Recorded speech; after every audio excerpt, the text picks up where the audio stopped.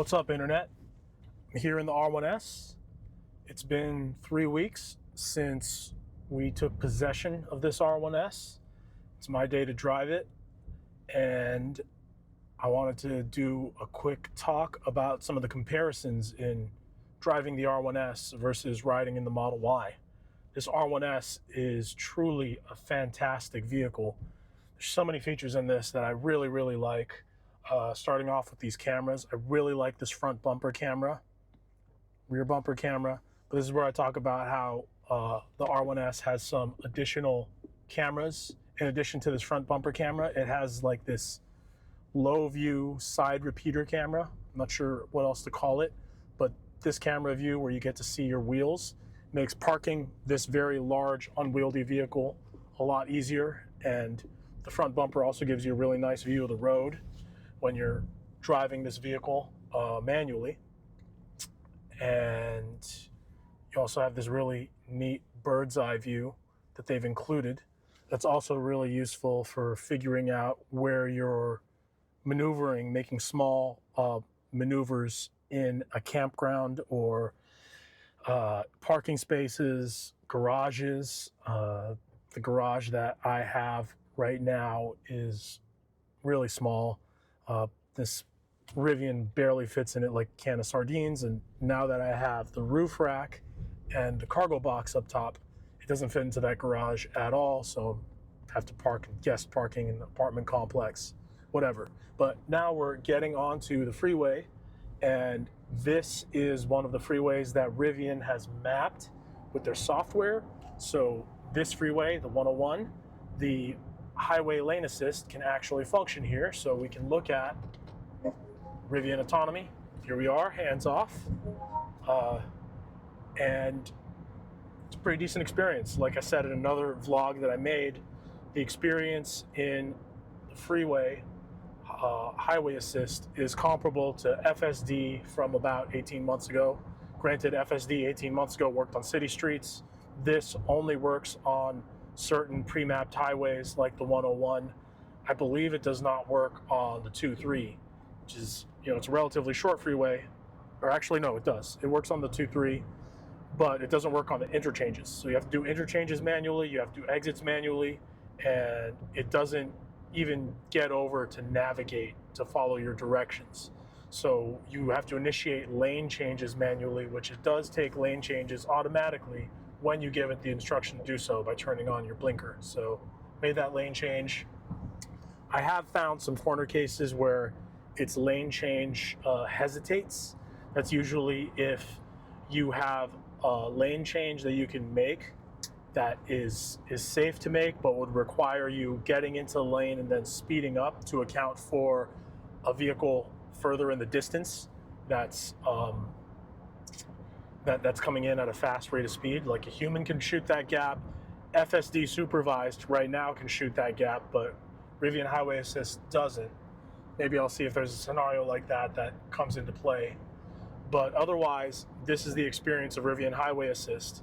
The other major difference between this vehicle, driving this vehicle, experience of this vehicle, and the Model Y is in voice command. First off, there's no button in here to manually turn on voice command, at least not that I figured out. Maybe if you know it, you're also a Rivian owner, you can share it in the comments below, but otherwise you have to go, Alexa, navigate to Home Depot. There is the Home Depot, 4.2 miles away on 2745 HODLer Road. Do you want to get directions to that one? Yes. Getting directions to the Home Depot at 2745 HODLer Road. So that whole interaction there took, I don't know, 5 seconds? Look back in the video and count. But that's one of the main things that peeves me, beyond the fact that oftentimes Alexa doesn't understand what you're saying. Oh God, and I just turned her on. I said the A word. No, turn off. Go away, Alexa. Got that little blue bar. Weird Amazon lady, but in the Model Y, like I said in the previous video, all you have to do is push the button, speak your voice command, and it'll translate that on the screen and do it. Here, you have to say the A word, wait for her to wake up, then you say your command, then she speaks it back to you, then you confirm it, and the whole thing ends up taking like 3-4 times longer. And that's if she even gets where you're looking for properly. In this case, she did, but there are many experiences I've had where she tries to send me to the library in Spain or something, or dictating an address. She'll look up the address by the street number and the street name, but in Michigan or Connecticut or somewhere else completely different. That's like a gripe that I have as far as the usability of the vehicle, and the fact that you only have autonomy features on mapped highways like this. You don't have any autonomy. Oh, look, an ID Buzz. Wow. I feel like that's like a rare Pokemon sighting. Super cool. Just passed me on the street. Maybe it's time for me to get over. I mean, I guess here's an example of like a lane change that FSD would make, but Rivian Highway Assist would not make. That vehicle was, when I initiated the lane change, that vehicle was at least 4 car lengths behind us. It was coming up a little fast because it wanted to overtake us. If we were in FSD and I initiated that lane change, it would have been able to get over and speed up a little bit to make room for that vehicle to account for that vehicle gaining on us and merge like kind of seamlessly. Then that vehicle would get over because it was trying to overtake us in the first place, and then we would slow back down. But again, as you see, there's like no, Rivian Highway Assist doesn't want to do anything except sit in the center of the lane and just go the speed that you set it. That is a way that it really mimics old school autopilot in the Tesla experience. This is what autopilot was like, but even autopilot could work on many city streets. Here, once you get onto city streets, you're only limited to their cruise control, traffic aware cruise control, which the traffic aware cruise control is very hit or miss because sometimes it slows down, sometimes it doesn't, and oh, well, poop. I forgot that I had to make that lane change manually. I had to exit the freeway manually. All right, so let's see how Rivian Highway Assist handles going into the exit lane.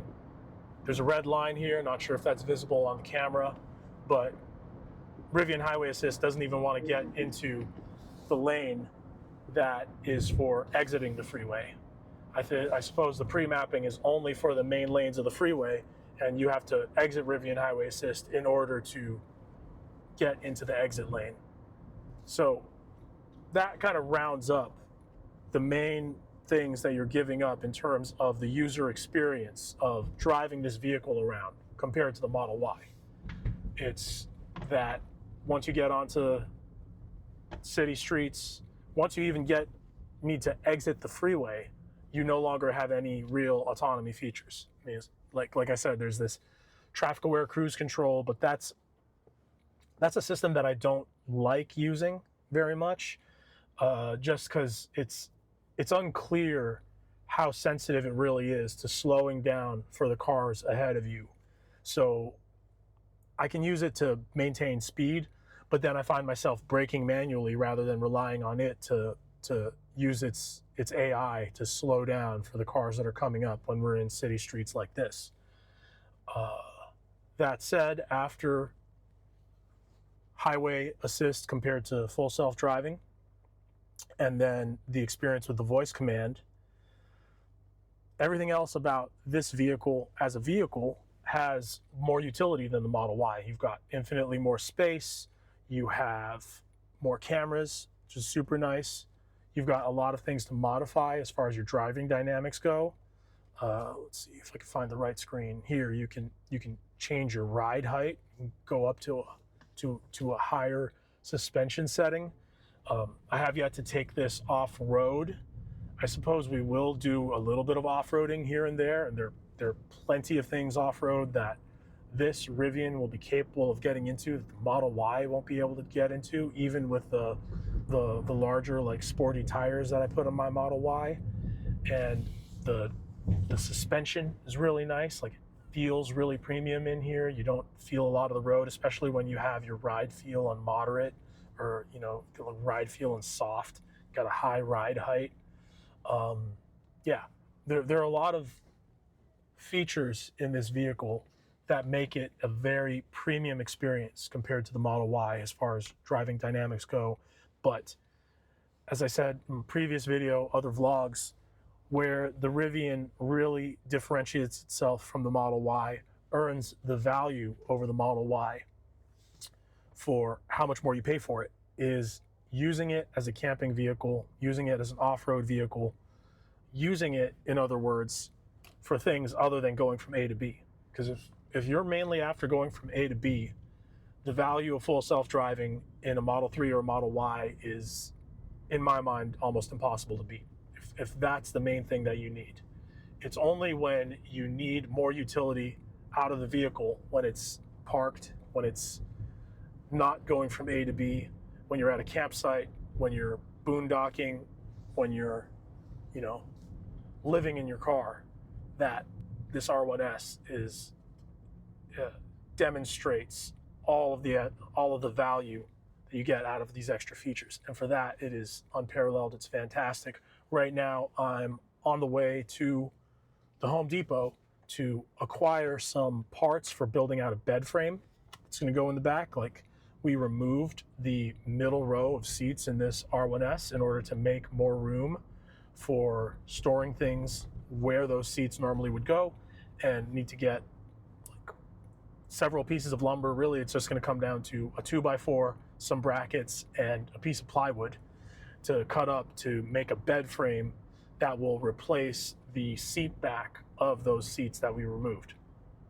And on my way here, took me it took me 5 minutes longer because I missed the exit on Wendy. But I suppose that's what all I really wanted to share when it comes down to it. Oh God, I'm in the wrong lane. Let's get over. You get out of the habit of like navigating and worrying about being in the right lane or not when you use FSD all the time. That's one big thing that I worry about, especially with traveling, going to new cities that I've never been to, Chicago, Atlanta. I don't think I've ever driven around Denver. I've been to Denver, but I'm not sure if I've driven around it very much. But being there without full self-driving, there's going to be a much higher chance that I get lost on these city streets. Full self-driving knows exactly where to go, and it's planning and thinking around how to position itself as far as getting into the proper lane for making the right lane change or the right turn has gotten a lot better. Doing that manually in this R1S, it'll take a little recalibration in the brain space, I mean, I've been driving for near 20 years now, so I guess it can't be that hard, but it will reduce the amount of like sightseeing and the experience of being in these new cities. But I suppose the upside to that is I'll be getting to know these new cities a lot better. Home Depot Garden Center, lumber. Let's see what kind of brackets we can find.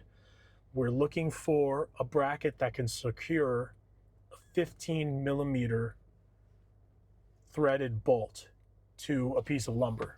Shouldn't be too difficult. They should have it here. We'll see how this build out goes.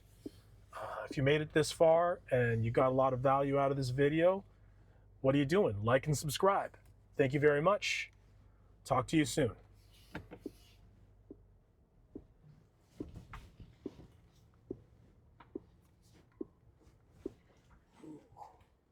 Cameras.